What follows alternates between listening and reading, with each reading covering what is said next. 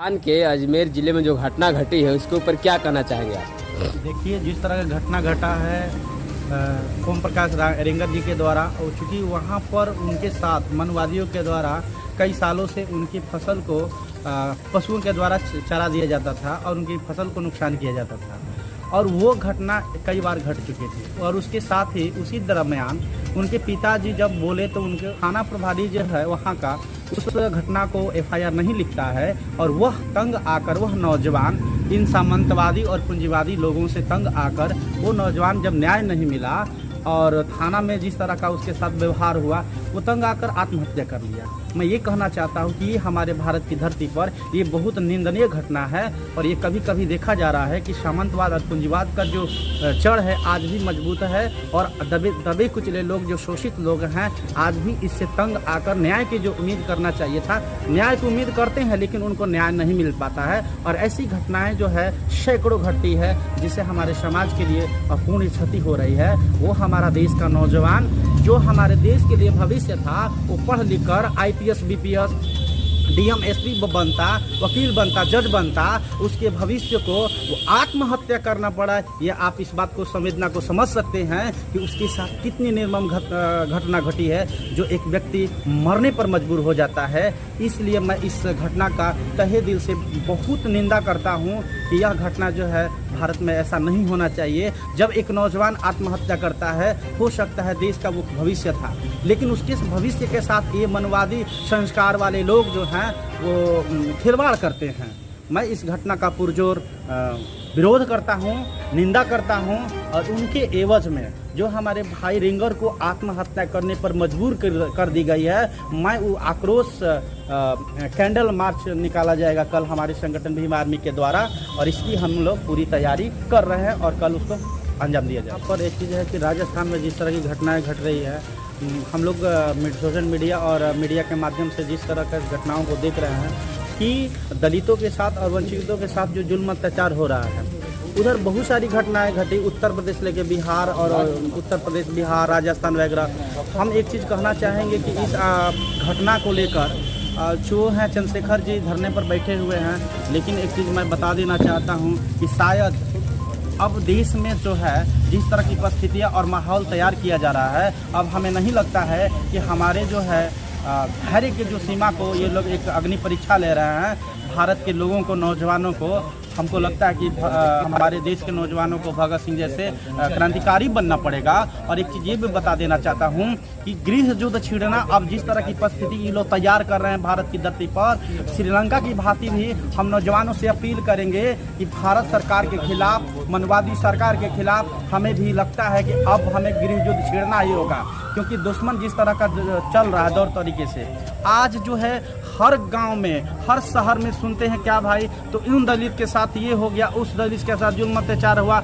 यहाँ तक एक बात समझिए कि जो व्यक्ति, जो नौजवान ओम प्रकाश रेंगर जो है, जो आत्महत्या पर मजबूर हो जाता है, इस बात को आप समझिए, ये बहुत संवेदनशील मामला है, क्योंकि व्यक्ति कोई मरना नहीं चाहता है। मैं इस बात को ये भी कह देना चाहता हूँ कि 80 वर्ष का अगर एक वृद्ध आदमी होता है, वो भी आत्महत्या करना नहीं चाहता है, लेकिन उस संवेदना को समझिए कि वो नौजवान कितना अंदर से टूटा हुआ था, कितना संवेदन एकदम उसके इतना मजबूर हो गया कि वो आत्महत्या करने लगा। इसके लिए जिम्मेवार वहाँ की जो सरकार है, वहाँ के तंत्र है। और मैं ये कह देना चाहता हूँ, अगर ये तंत्र अगर सचेत नहीं होता है, अगर तंत्र आम जनता और शोषित वंचितों के साथ न्याय नहीं करता है, तो जाहिर सी बात है कि श्रीलंका के जो गृह युद्ध हुआ था भारत की धरती पर भी दोहरा दिया जाएगा। चलिए, बहुत धन्यवाद। परिचय हुआ आपका सर? भीम आर्मी जिला मुख्य प्रवक्ता बक्सर जिले। क्या कहना चाहेंगे सर आप, किस तरह की तैयारियां है आपकी? जी, जिस तरह से उनको समाज में जीने नहीं दिया जाता था, उनके फसल को बार बार बर्बाद किया जाता था, और उनके पिताजी अगर उस पर एक्शन लिए तो उनको बहुत बेरहमी से मारा गया। उसके बाद उन्होंने, जो ओम प्रकाश रेंगर है, उन्होंने FIR करने के लिए थाना पहुंचे, तो FIR भी नहीं लिखा गया।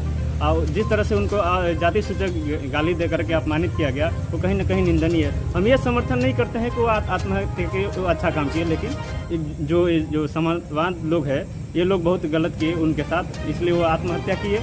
ताकि हम उनको न्याय मिल सके। और न्याय दिलाने के लिए हम लोग कल भीम आर्मी संगठन और आज़ाद समाज पार्टी के माध्यम से कल बक्सर जिले में कैंडल मार्च निकालेंगे और उनको मुआवजा दिलाने के लिए भी हम लोग मांग रखेंगे। 50 लाख मुआवजा और एक सरकारी नौकरी और सुरक्षा प्रदान करें, सरकार से यही मांग करेंगे। क्या परिचय हुआ सर आपका? शशि भास्कर, प्रखंड अध्यक्ष, राजपुर आज़ाद समाज पार्टी। क्या कहना चाहेंगे सर आप? जी देखिए, मैं पहले तो हम ये बता देना चाहता हूँ कि इस आज़ाद भारत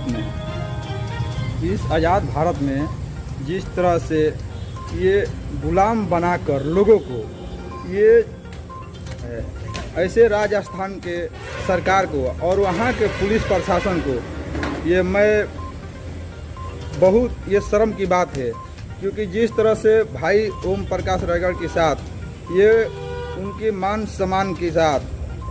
सम्मान से जीने से उनको रोका जा रहा था या प्रताड़ित किया जा रहा था, वे अपने मान सम्मान नहीं बचा पाए, इसके कि मैं आकर अपने आत्महत्या कर लिए।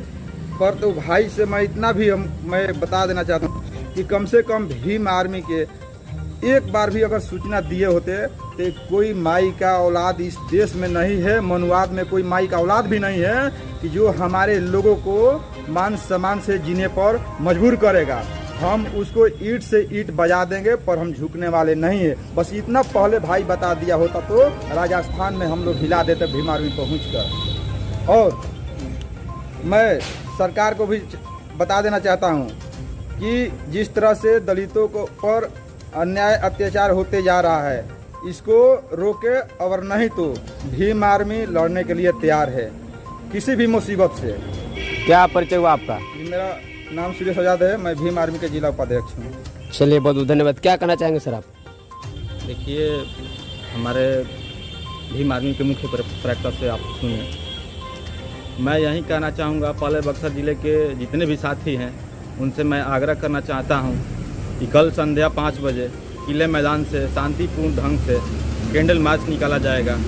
उसमें आप लोग सभी लोग भागी लें और कल शांतिपूर्ण ढंग से कैंडल मार्च हम लोग निकालेंगे। उसके बाद आपके चैनल के माध्यम से मैं गहलोत सरकार को बता देना चाहता हूं कि अगर उनके जो ओम प्रकाश रायगढ़ भाई हैं, उनके दोषियों को अगर फांसी की सज़ा नहीं मिलती है तो भारत में उग्र आंदोलन करने के लिए हम तैयार हैं। क्या परिचय हुआ सर आपका? जी, हम भीम आर्मी जिला अध्यक्ष, बबलू नाम पड़ेगा। चलिए, बहुत बहुत